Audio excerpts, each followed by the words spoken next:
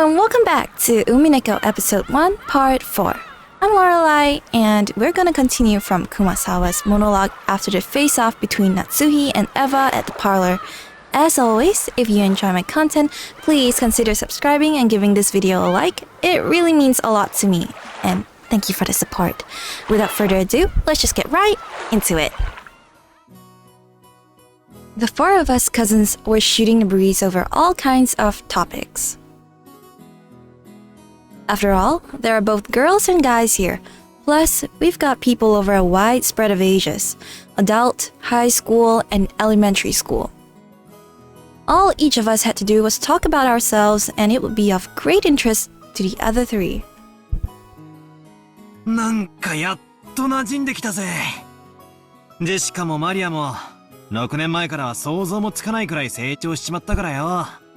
正直なところ少しだけ違和感を持ってたんだが、こうして話をしているうちに中身はあの頃から何も変わってないことが分かったぜ。同じ言葉を返してやるよ。バートラだって6年ぶりだってのに全然変わってねえぜ。図体がいくらでかくなっても中身は相変わらずお子様だってことだな。マリアもお子様。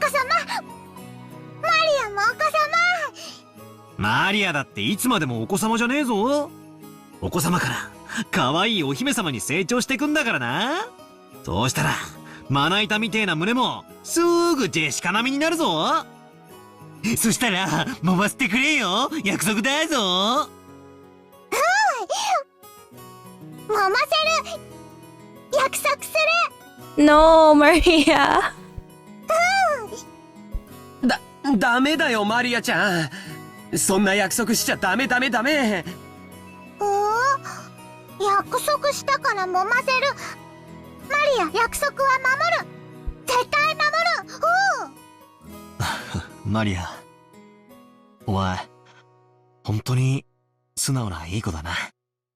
お前と結婚する未来の旦那さんはきっと幸せ者だぜ。 What's with this serious atmosphere? っていい話にすり替えつつ約束を保持してんじゃねえぜ。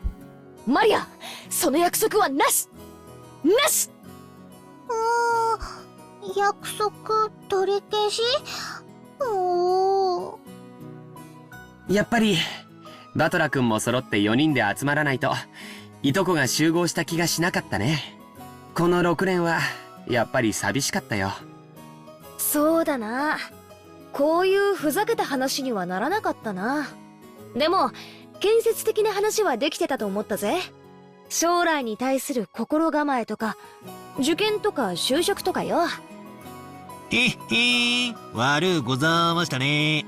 俺が来たらおまぬけなドタバタばっかりでよ。でもマリアは今年のが楽しい。そうだね、僕も同感。今年が一番楽しいよ。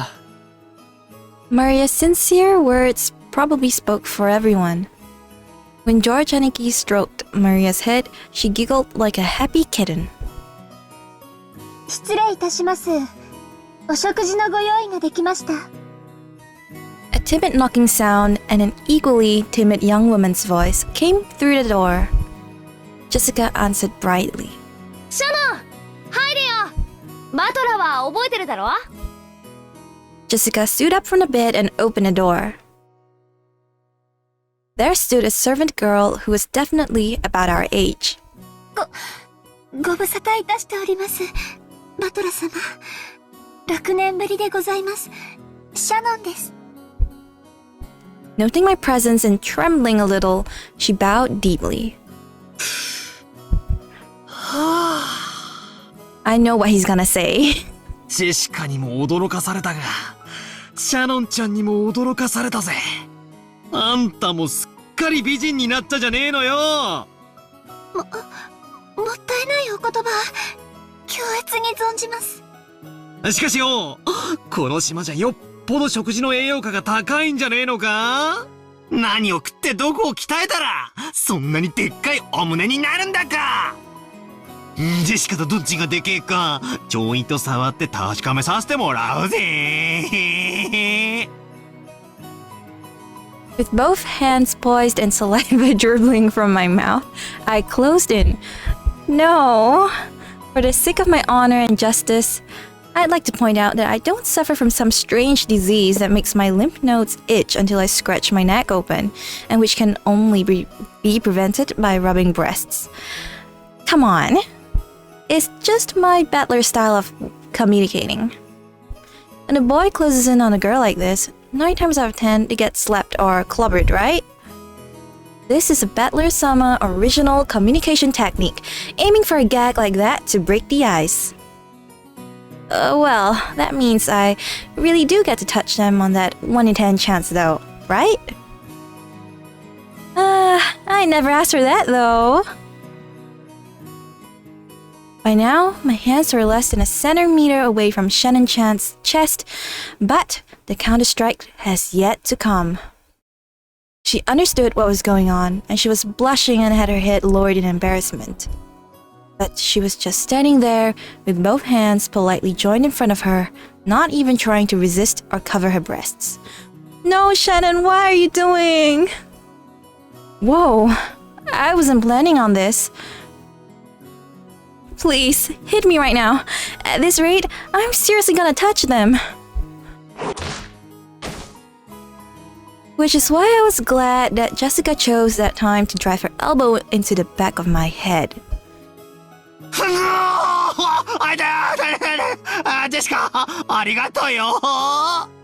I'm glad that at least Battler's not as perverted as he looks, or more like as he says he is. なんで私が感謝されんだ？お？いやいや、すまんぜシャノンちゃん。魅力的な胸に思わず吸着されそうになっちまった。つうか、さすがにあの間合いまで来たら犯罪確定だろ。ダメだぜ、抵抗しなきゃよ。ですけど、バトラ様は大切なお客様ですし。My goodness. Feels like she's done this before. That's so sad. あのな、お客様でも犯罪は犯罪。女の子の胸はだいたい10センチくらいからが防空識別圏だな。2センチ圏まで侵入してきたら、これはもう領空侵犯だぜ。スクランブル発進で即ビンタを食らわせてやれ。そんなことできません。私たちは家具ですし。I wonder why they keep saying they are like furniture. Of course, she didn't want her breasts touched, but if a guest so desired, she intended to sacrifice her own needs in an effort to accommodate them. A girl like this needs some urgent protection. 今時こんな献身美徳な子がいるとは。軽いめまいすら覚えるぜ。でもダメだ。ダメなんだ。俺がいやらしい顔で迫る。ハッタウス。いや、エッチ。そういうお約束じゃないとオチがつかねえんだよ。頼むよ、お願いでよ。俺を引っ叩いてくれよ。こうバチンとバチンと。お願いは聞けません。家具ですから。でも命令ならお聞きします。それが務めですから。My. じゃあ命令させてもらうことにするよ。次からバトラ君が胸に触ろうとしてきたら平手打ちで反撃すること。いいね。はい、仰せつかりました。以後そのようにさせていただきます。バトラ様、ご承知おきくださいませ。 So Shannon-chan declared while bowing elegantly to me. Her facial expression was radiant. I gave her a thumbs up to signal, you got it. 6年前はお手伝いさんの連れ子がついでにお手伝いみたいな印象だったんだけど、すっかり一人前の使用人さんだな。今年で何年になるんだ？はい、おかげさまで10年ほどお使いさせていただいております。 I wonder how old she is. She's the kanji for her name I read as Shannon. This is another far from typical name for a Japanese person. Being a kid back in those days, I had taken in her name without paying it much attention. But for her to be called something like that is pretty unusual given that she isn't even a member of the Ushiromiya family. Maybe it's like a servant's professional name or something? I have my doubts about that. If so, I can understand why that Kennen-kun's name sounds the way it is, too. She's a long-time servant who served here since she was 6.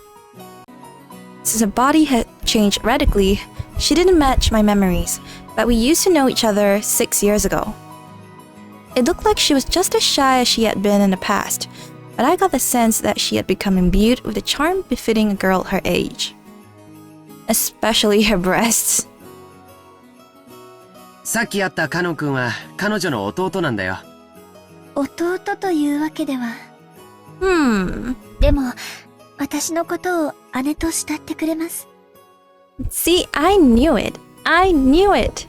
The fact that Cannon has that family insignia on his clothes suggests that he is related. That's my hunch anyway. 何か失礼なことはしませんでしたか？相変わらずいつも通りだぜ。もうちょっと愛想よくすればいいのによ。カノン君がご迷惑をおかけしたようで、申し訳ございません。別に迷惑なんか何も。同じ男としてわかるさ。愛想が悪いのは当たり前だぜ。マリアもよく言われる。愛想悪いって言われる。She does? I find it hard to believe. カノンと一緒。マリア様は愛想悪くなんかありません。一緒がよかった。食事の準備ができたんだっけ？はい。失礼いたしました。お食事のご用意が整いましたので、皆様をお屋敷へご案内いたします。Shannon bowed again formally and returned to her duty mode. We realized that if we made her stick around for any more light conversation, it would actually make it harder for her to do her job. So we got up off our butts to avoid interfering with her work any further. じゃあ、お屋敷に行こうか。みんなもお腹が空いてたところでしょ？だな。ゴーダさんがいる時の飯は楽しみなんだよ。あの人、どこぞの有名ホテルでシェフをやってたらしくて、かなり料理の腕があるんだぜ。ほうほう、それ楽しみ。行こうぜマリア。ガツガツ犬みたいに食い散らかすぞ。犬みたいに食い散らかす。ダメダメ。バトラ君の言うことはいちいち真に受けちゃダメだよ。全部冗談なんだから。さあ、行こう行こう。Under Shannon-chan's guidance, we headed towards the mansion.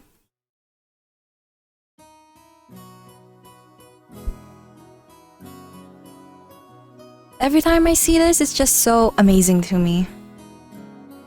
Met once again by the magnificent rose garden, we continued onward as it came into view, the imposing mansion of the Ushiromiya main family. It had apparently been built shortly after the war, so you could feel the dignity of almost half a century hanging about it. On the surface, the building was gorgeous, but being as old as it was seemingly lacking in modern amenities like air conditioning. According to Jessica, midwinter was especially tough, what with all the drafts. Well, it's not like they couldn't just take the kotatsu out.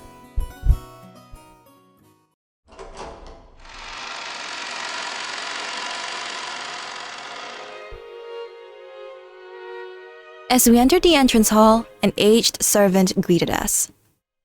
Now him, I remembered. As the most senior member of the staff, Genji-san served as the head of the servants. バトラ様、お久しゅうございます。As our eyes met, he saluted us with a composed voice.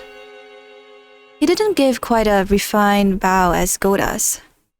But it was a bow that had feeling, even if it wasn't polished to the same degree. ゲンジさん、本当にお久しぶりっす。お元気そうですね。おかげさまで健やかに過ごさせていただいております。バトラ様こそご立派になられました。親方様の若き日に少し似てこられましたな。俺がじい様にってことは、さぞやじい様は若い頃モテたろうな。ここからはシャノンに代わって私がご案内申し上げます。どうぞこちらへ。Shannon-chan bowed deeply and saw us off. Leaving the entrance hall, we headed to the dining hall under Genji-san's guidance. Genji-san, just like Kumasawa-san, stood in stark contrast to us young people who had grown beyond recognition over the last 6 years. His figure was exactly the same as in my memories of 6 years ago. It seemed like time had stopped since the last time we met. Genji-san was a silent and diligent person. He was like grandfather's close aide or caregiver. And in fact, you could even go so far as to say he was grandfather's right-hand man.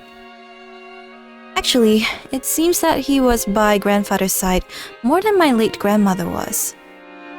According to Jessica, grandfather trusts him much more than any of his blood relatives. But I wonder how long he's served. I've never asked for details, but I think I've heard he's been here since the beginning, when this mansion was constructed.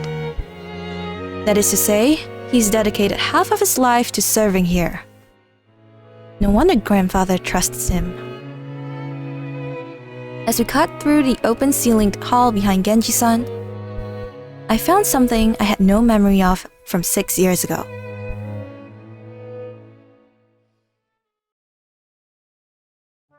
I wonder what it is.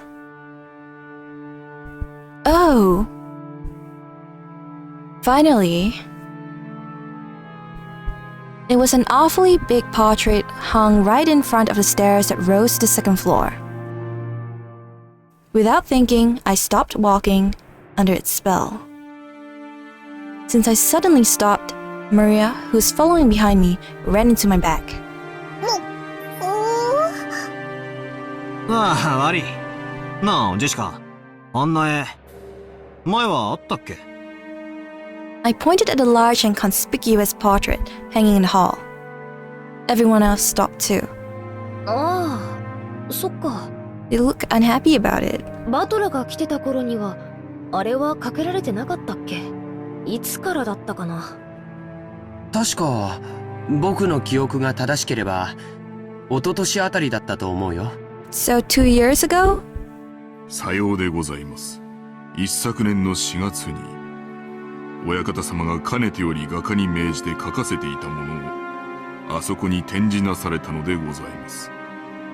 あのじい様がね、わざわざ描かせてか。The portrait depicted a woman in an elegant dress who gave off a sense of refinement and who seemed to suit the Western style of this mansion. I couldn't have guessed her age, but the sharpness and obvious strength of her will in her eyes gave me the impression of youth. It was a different feeling than the composed mood of the middle-aged women that are often in famous paintings or pictures. If this woman had normal black hair, I might have thought it was a portrait of my long-deceased grandmother in her prime. However, the woman in the portrait had beautiful golden hair and didn't look Japanese at all. で、誰だい？このご婦人はよ。As though trying to show off her knowledge, Maria answered that simple question with authority. マリア知ってる。ベアトリーチェ。 Oh my goodness! Wasn't this the name that the grandfather kept yelling about? I mean, I thought it might be, but I'm still a bit shocked. なんだって？ベアトリーチェ。And honestly, I find it a bit creepy that her name is the only name that is in all caps. 魔女だよ。Oh? A witch? バトラ君は昔聞かされたことない？魔女ってこの島の？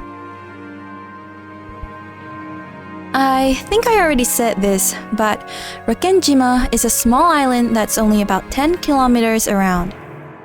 However, considering that only the Ushiromiya family lives there, that's quite large. So, only a harbor and a site around the mansion were set up to be lived in. Beyond that, the island remained as untouched as it was when it was still uninhabited. To understand just how dangerous a vast and empty forest with no lamplight, phones, or people passing through it all actually is, you need to shift your urban assumptions a little. You see, if by any chance you fell down a hole in the depths of the forest and sprained your ankle, cry or scream, no one would come save you. If it then got dark, the forest, where there are no street lights, would become enshrouded in complete darkness. Also, since there obviously aren't any guideposts here, it's easy to get lost and lose your sense of direction in the dark forest. Nowadays, most people see a forest as a peaceful place. But to the people of bygone eras, before the light of civilization drove out the night, forests were like oceans on land, geographically separating one culture from another. Just as fishermen who go out into the ocean occasionally have their lives put in danger despite their technical knowledge. Technical knowledge was also demanded of hunters who went out into the forests, and their lives were occasionally put in danger, just the same. If a child were to go play in that dangerous forest, something terrible might happen. Some parent must have had that thought. Maybe my grandmother, or possibly the man himself, my grandfather, might have said it. Or maybe it was a story handed down on this island from long, long ago. There's a terrible witch in the forest, so you must not go in. Thus, Rokkenjima's ghost story was born. That is the legend of the witch of Rokkenjima. So when we say witch on this island, we're referring to the master of the vast and savage forest. Which reminds me, when I was little and stayed at this mansion, during the eerie nights where the wind and rain struck the windows, stories like the witch of the forest is roaming around in search of a sacrifice would scare the heck out of me. Beatrice, huh? As I searched my memory prompted by Aniki, I did vaguely remember being told that was her name when I was very small. なるほどな。しかし、あの魔女伝説の魔女にベアトリーチェなんておしゃれな名前がついてたとは、とんと忘れてたぜ。I just thought about this, but maybe she's the reason why their names are all weird. じいさまめ。孫たちが信じないもんだから、わざわざ絵に描きやがったか？じいさまの妄想の中の魔女だよ。この絵を掲げた頃から、現実と幻想の区別がつかなくなり始めた。私たちにとっては想像の中の魔女に過ぎないけど、じいさまにとっては、彼女はこの島にいる存在。いる。だから、それを理解することができない私たちにもわかるよう、あの絵を描かせたって言うんだけど。I wonder what his reference was for the painting though? Has he seen her before? 気持ち悪いったらありゃしないぜ。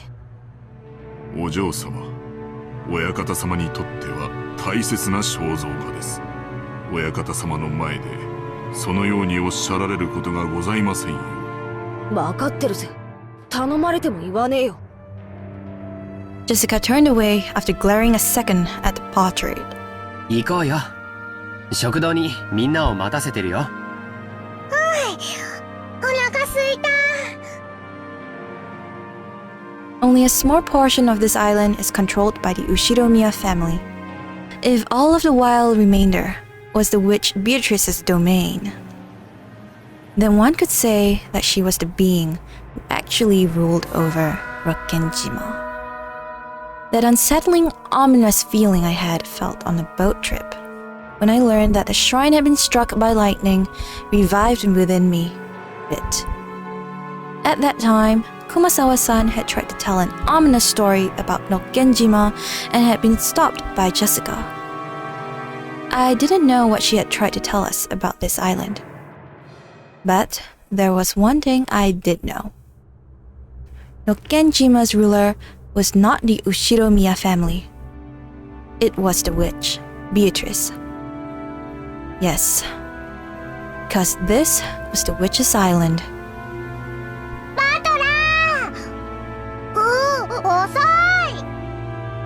When I looked around, everyone was already heading towards the dining hall. I hurriedly chased after them.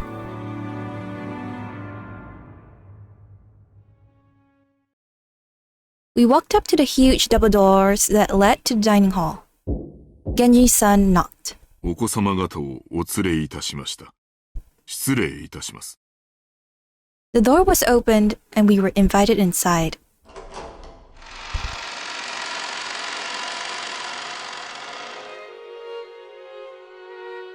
The dining hall, which screamed filthy rich, featured a super long table, which was obviously designed with no other purpose than to make the guests conscious of their rank. And our parents were already seated at it in accordance with that ordering. 遅えぞガキども。早く席につけよ。The old bastard pressed us to sit. Only the places where we would sit were empty at the long table, which only made us feel our tardiness all the more. The seat at the very head of the table, which you might call the seat of honor, was for the most highly ranked and reserved for grandfather. It was still empty. He was probably planning to come in last to make himself look important.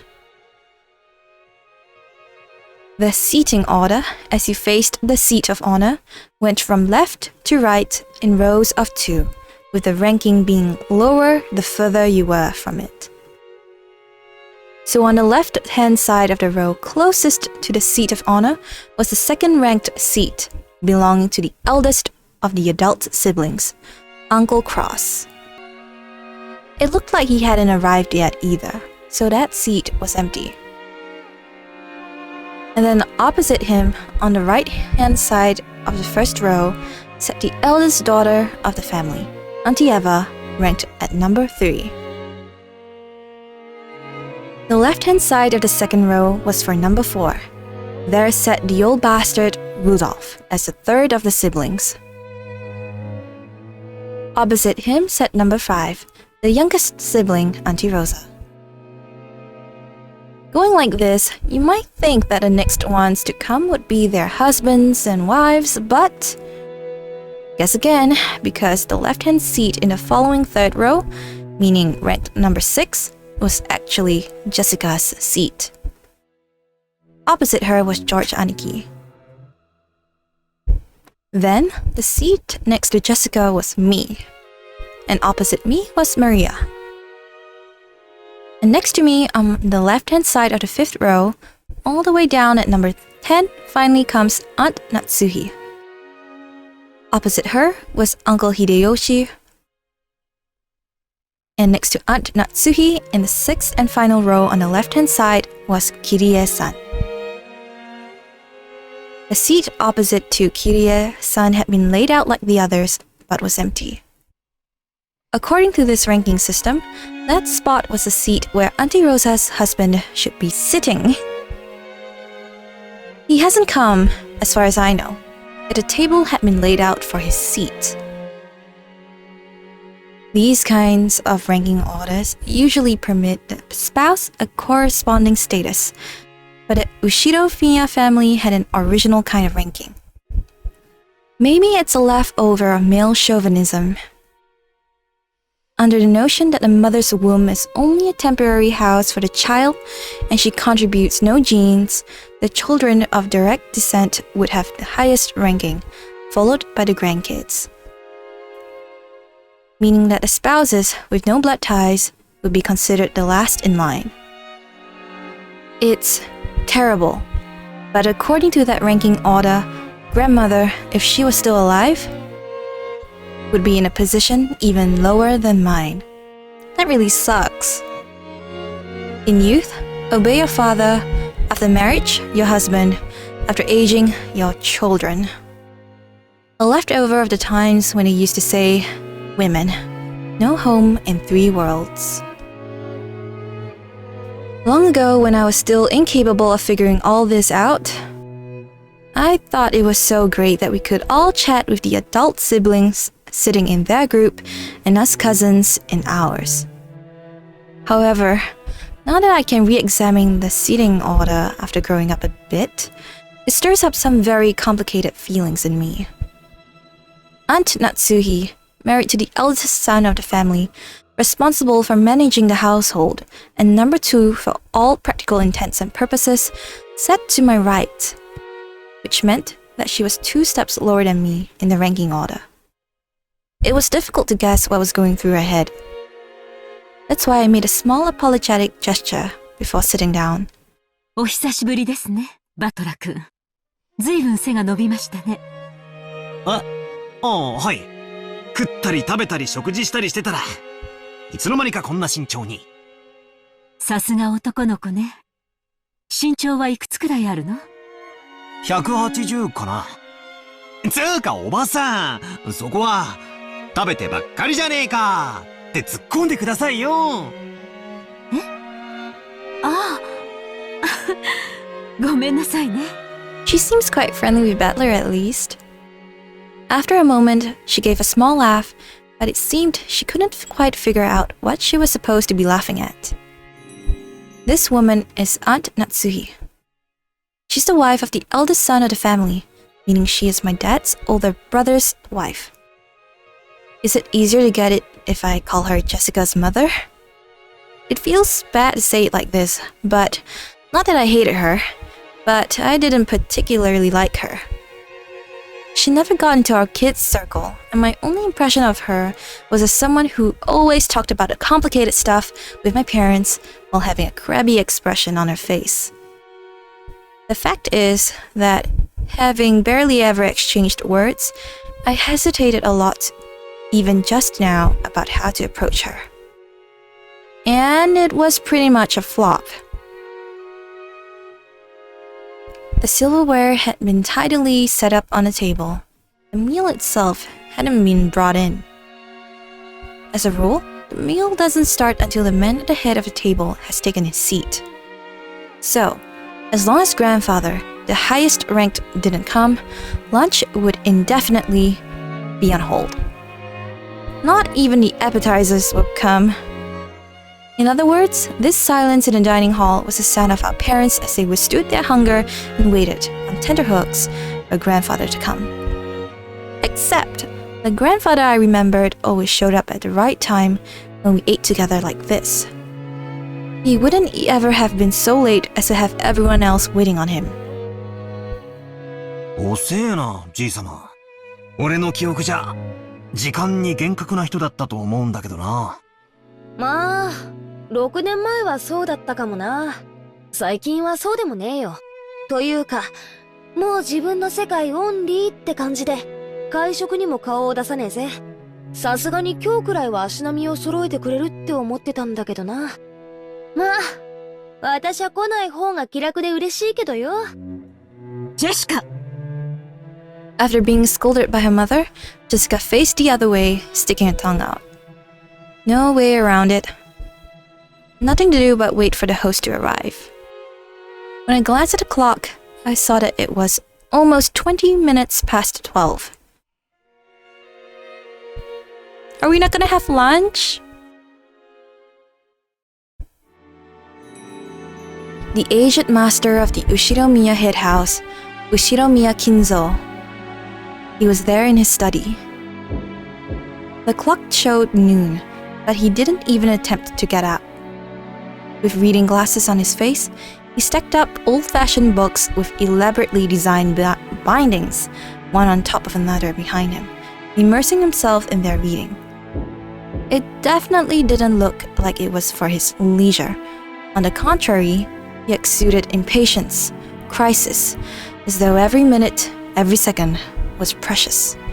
And he even has the portrait of Beatrice on his study. The sealed room was dense with dancing dust particles. The air stagnated with a mix of smells of various elixirs, each giving off its own suspicious stench. They were somehow sweet and heavy. For anyone with a good nose, the first thing they'd do after entering would be to open a window and ventilate the room. お父さん、お父さん。 The knocking against the study door had been going on for a while. A voice calling "Father" sometimes mingled with the knocks. As Kinzo heaved a deep sigh, he snapped shut the old book he had in his hands and slammed it on the table. Then he yelled at Kraus, who was continuing to knock on the door. やかましい！その音を止めぬか愚か者！叩けば扉は開かれると誰が教えた？そのバカ者は貼り付けにしたぞ。お前もそうされたいのか？お父さん、年に一度の親族会議の日ではありませんか。皆下に集まっています。どうかおいでください。Kraus called out to his father through the door. Kinzo always shut himself up in the study and hated letting... Oh no! I missed that! Kraus called out to his father through the door. Kinzo always shut himself up in the study and hated letting even his family into the room. For that reason, Kraus had no choice but to call out thus from the corridor. 私にかまうでない。皆とは何か私をここから引きずり出そうとする者どもなのか？ He sounds very paranoid. ならば殺してしまい！ That's extreme. バ Kill? ラバラにして薪にして魔女の炉にくべてしまい！その炉には鍋をかけて苦いおもぎを煮るがいい。黙示録の煮汁はそれでも私をここから連れ出そうとするバカ者どもに飲ませてやれ。残りは酒につけるのだ。ああ、源氏はどこだ？源氏を呼べ！苦害の魔酒を用意させろ。 What's happening? 緑の妖精のささやきが届かぬ。ああ、源氏はどこだ？源氏を呼べ！ Before the door, Kraus, Nanjo, and Genji kept waiting for the master of the house, who would not come out. すっかり嫌われてしまったようだな。Kraus looks very unlike what I thought he would look like. もう私の声では何も届かんよ。Kraus shrugged as though saying, "It's no use," and smiled bitterly. He himself hadn't believed for a moment that his father would answer his calls. However, as it was the duty of the eldest son, he had formally made the request. 金蔵さん、あんたの顔を見に息子や娘や孫たちが来てるんじゃないか。ちょっと顔を見せてやったらどうだね。うるさい、黙れ。私に意見するというか何条。貴様など呼んではおらぬ。私は源氏を呼べと言ったのだ。さあ急げ、すぐに呼べ。時間は常に有限だ。人たちはすでにラッパを構えているぞ。なぜにそれがわからぬか愚かな羊どもめ。 Kinzo slammed the old heavy book on the table over and over. The record obviously indicated his highest displeasure. Kinzo put his spectacles down and flew up from his chair. He spread his arms wide open, as if to sing to a packed opera house, as if appealing to someone, and yelled, なぜだ？なぜにいつも私には邪魔が入るのか？すべてを捨てよう。すべてを捧げよう。その見返りに私は一つしか求めないというのに。おー、ベアトリーチェ。お前の微笑みをもう一度見られるならば、私は世界中から美少を奪い取り、全てをお前に捧げよう。おお、イナゴの軍団長たちよ。世界中から美少を刈り取り収穫せ。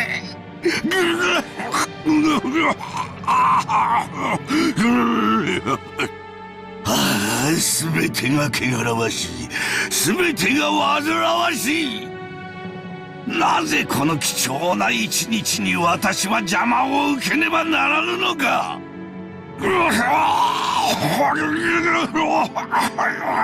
What's happening? 源氏を呼べ。何を怒鳴ってるのかもさっぱりだな。 I don't like how he's smiling. もう頭がどうにかなっているのだろう。クラウスさん、実のお父さんにそりゃあんまりじゃないかね。親父はすでに死んでいる。 He's smirking.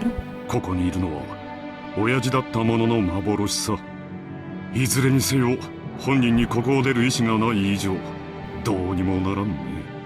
金蔵さん。Choking coughs continued to pour from the study. 私は下に戻る。ゴーダの自慢のランチをこれ以上無駄に冷ましてしまうことはない。親類たちにとって当家での数少ない楽しみだろうからな。Kraus spun on his heels. He looked at his wristwatch, mumbling and acting as though he had wasted time doing something he knew would be in vain. 源氏さん、親父殿がお呼びだ。相手を頼む。かしこまりました。南條先生、食事に行きましょう。いつまでもここにいると、この甘い匂いで味覚までおかしくなってしまう。 Without waiting for Nanjo, Kraus went downstairs. Genji urged Nanjo to go and eat. Nanjo looked first to Kraus's back as he disappeared down the stairs, then to the study door, and he let out a deep sigh. すまんが源氏さん、頼みます。はい、お任せください。お酒はなるべく与えないように。あれは常習性が強すぎる。源氏はまだか。何者が源氏を阻んでいるというのか。源氏はどこだ。源氏を呼べ。さあ、ここはお任せください。すみませんな。Nanjo gave a small duck of his head and descended the stairs. Genji saw him off and knocked at the study door. 親方様、源氏でございます。源氏か。何故私をこれほどに待たすのか。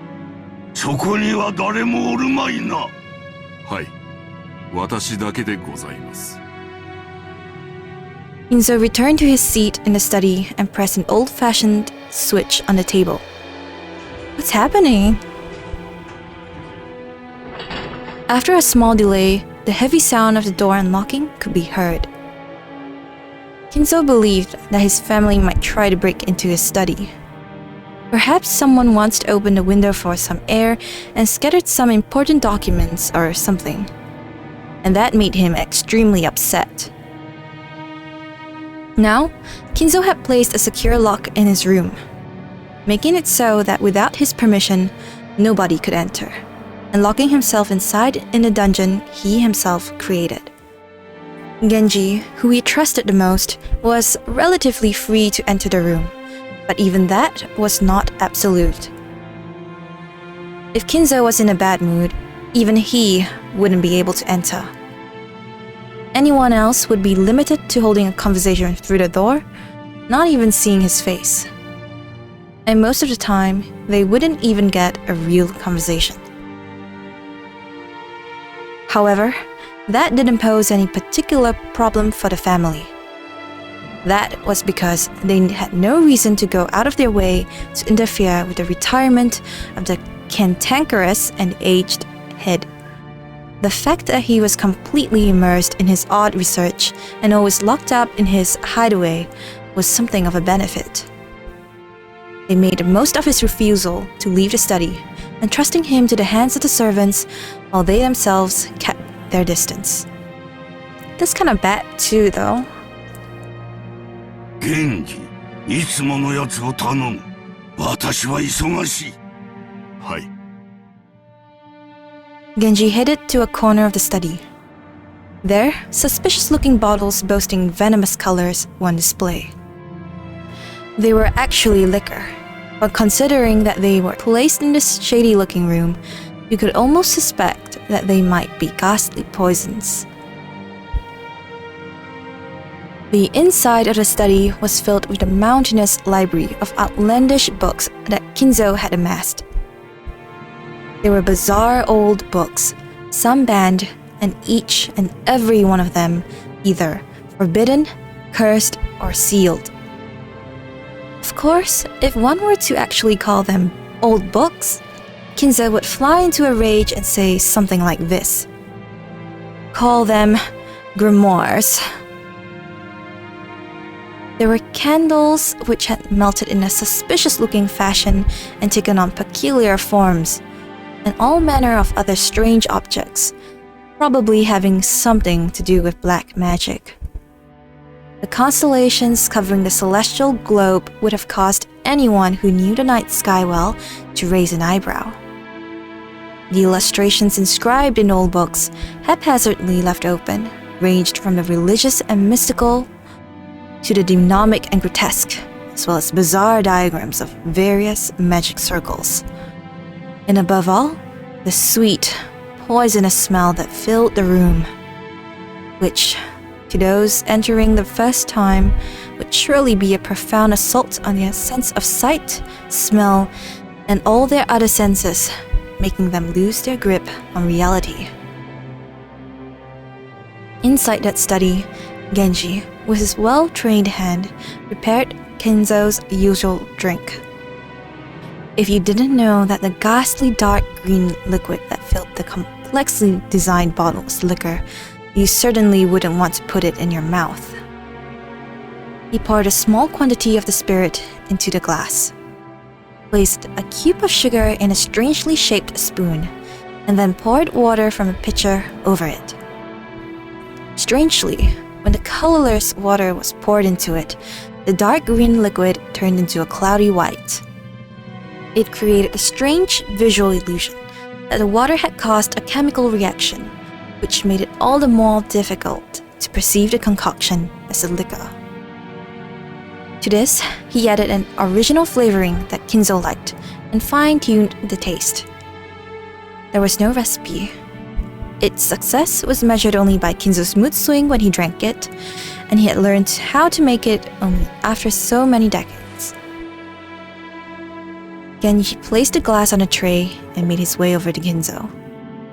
Kinzo was now gazing out the window.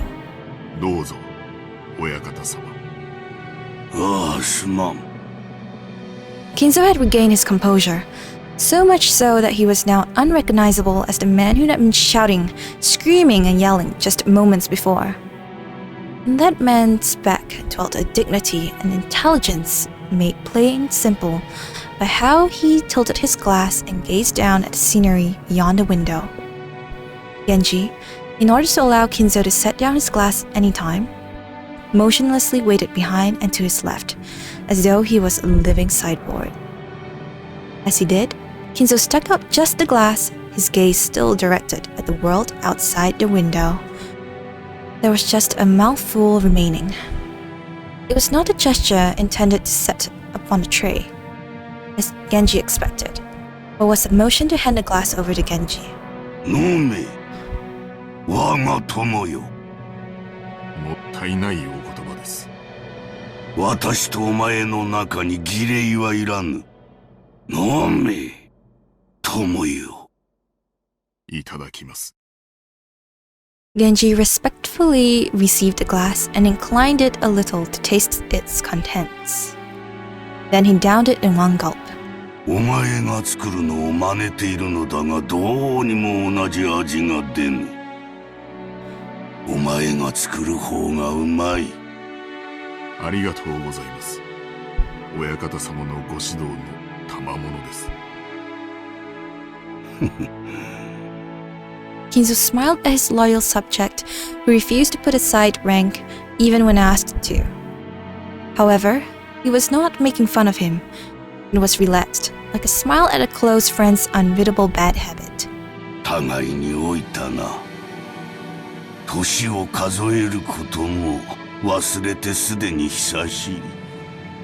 今日まで過ごすことをお許しいただけたのも、すべて親方様のおかげでございます。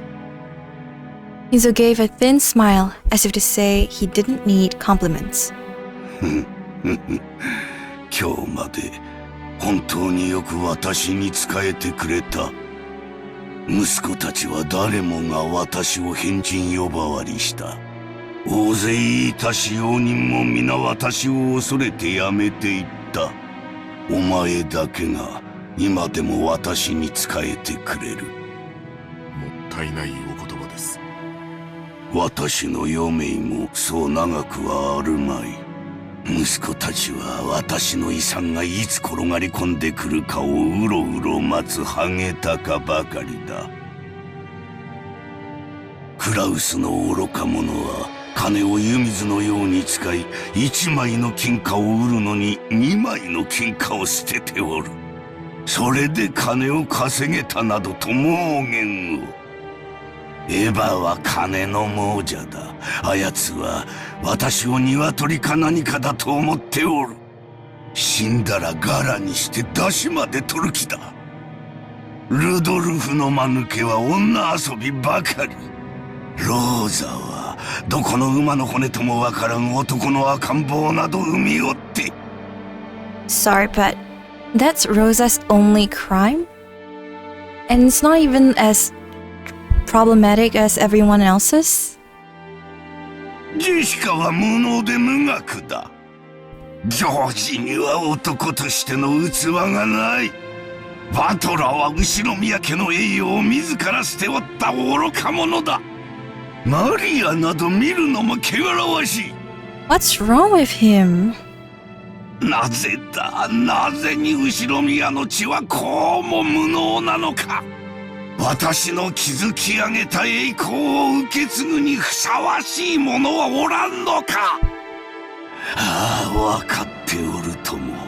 これがベアトリーチェの呪いであることも分かっておる。黄金の魔女め、それが私への復讐のつもりか。憎みたくば憎むがよい。逃げたければ逃げるがよい。逃がさぬ、逃がさぬ、逃がさぬ、逃がさぬわ。お前は私のものだ。常に私の腕の中でなくてはならん。私の生涯のすべてなのだ。我が鳥かごにて永遠に私だけに囁き続けるのだ。ベアトリーチェ、なぜに微笑み返してはくれぬ。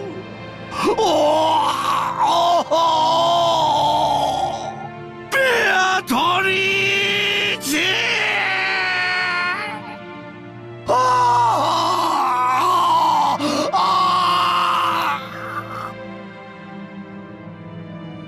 After howling, Kinzo choked once again.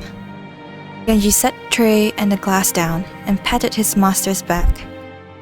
Genji's facial expression did not change. It was always like this. すまぬ、我が友よ。After his almost deranged outburst of the past few minutes settled down, Kinzo regained his composure once more.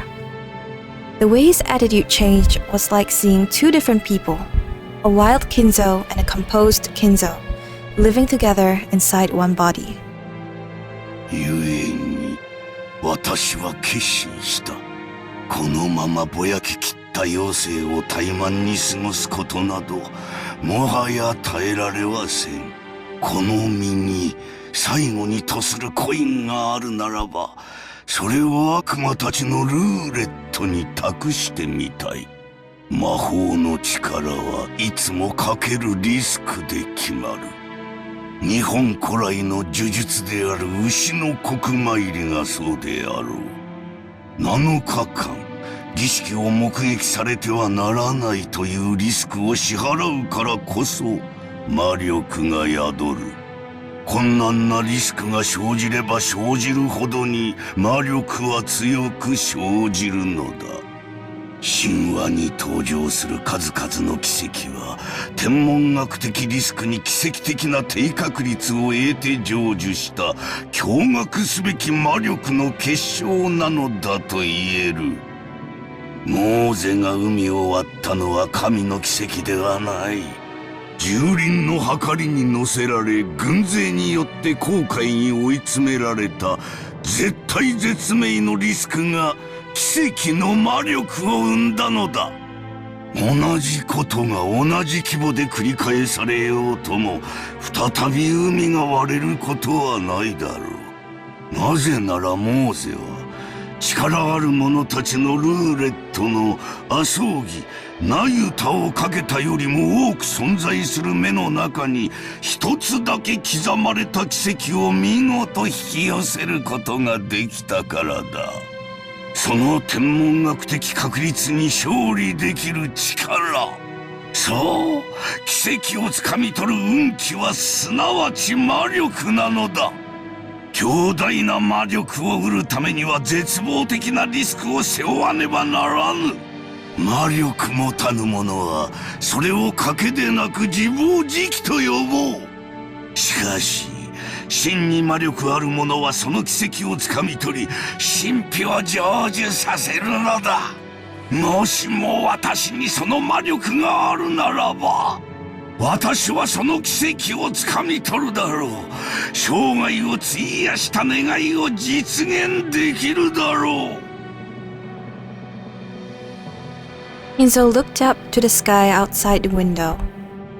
He spread his arms as if appealing to someone up in the skies. もし私にその奇跡を手にする資格があったなら、おー、ベアトリーチェ、ベアトリーチェ、お前の愛くるしい笑顔をもう一度だけ見せてくれ。どれほどの月日を経ようともお前の面影が消えることはない。ただお前の美少が見たい、それだけだ。お前から授かったものを全て返そう。あの日からの栄光を全てお前に返そう。富も名誉も黄金もいらぬ。お前に授かった全てを返そう。私はただお前の美少が見たいだけなのだ。ご賞だ、ベアトリーチェ。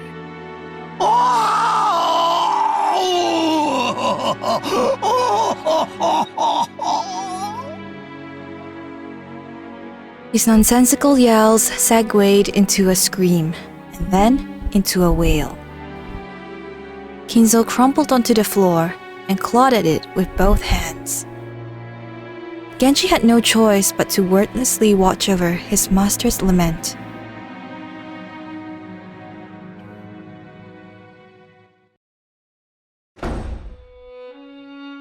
Yeah, Shokun. Well, let's end off with some closing thoughts as always. Kinzo definitely sounds delusional with his ramblings about the occult, and Beatrice, he's seemingly very, very obsessed with Beatrice, which is also the witch of the island, and it really makes me wonder how he even came in contact with Beatrice and why does she have such an immense hold over him. It's not just delusional, it's not just obsession, it's something way, way beyond that. He has two portraits of Beatrice, one in his study and one in the hallway, I believe, which is kind of absurd. And above all, he has never once mentioned his wife so far, which makes me wonder, is that what family is to him? Kraus obviously doesn't seem to care about his dad. But to be fair, I think none of the children also seem to care about Kinzo at all. Only Genji and Nanjo shows any form of care or sympathy towards Kinzo. His children and his grandchildren seem extremely unbothered by his presence, whether he's there or not. Some of them have openly disliked him, like Jessica doesn't like him. There's something I don't really get about the difference between Eva and Rosa though, in terms of losing their position in the family register, since I understand that if Eva were to have married out into Hideyoshi's family, by traditional standards, that would mean she is no longer part of the Ushiromiya family. But for Rosa, there's nothing that mentions her, losing that status in the family. But it makes a lot of sense now that Hideyoshi took on the Ushiromiya family name and married in, so that Eva still has a stick to the wealth. And it seems that she is quite interested in that family wealth. But I guess I don't really understand still why Eva is so openly hostile towards Natsuhi. I understand that Natsuhi is beneath Eva in terms of the family hierarchy in this case, but still, I don't think there's any reason for her to openly detest Natsuhi like this. But then again, maybe we don't know what happens behind the scene yet. Maybe we don't know. Maybe Natsuhi is some kind of piece of shit. I don't know. Well, I hope not, but there was this thing about how Shannon and Shannon keep talking about how they have furniture that I guess is just to be seen and not heard. It makes me wonder if Natsuhi drilled that into them. Well, this is what I noticed. And I might be reaching very far here, but Genji, Shannon, and Kennen all have that weird family insignia thingy. Right, but in Shannon's case, you don't see it on her clothes like everyone else, but you see it on her thigh. But in the case of Goda and Kumasawa, they don't have it anywhere, at least nothing that I can see. So I guess that Genji, Shannon, and Kennen are going to play prominent roles in the story. But maybe there's nothing to do with the main family line. I don't know. But it does make me super, super curious about it. I think that's all for today's episode. Let me know what you think below. Let me know if I got anything wrong, but no spoilers, of course. And I'll see you next time. Bye!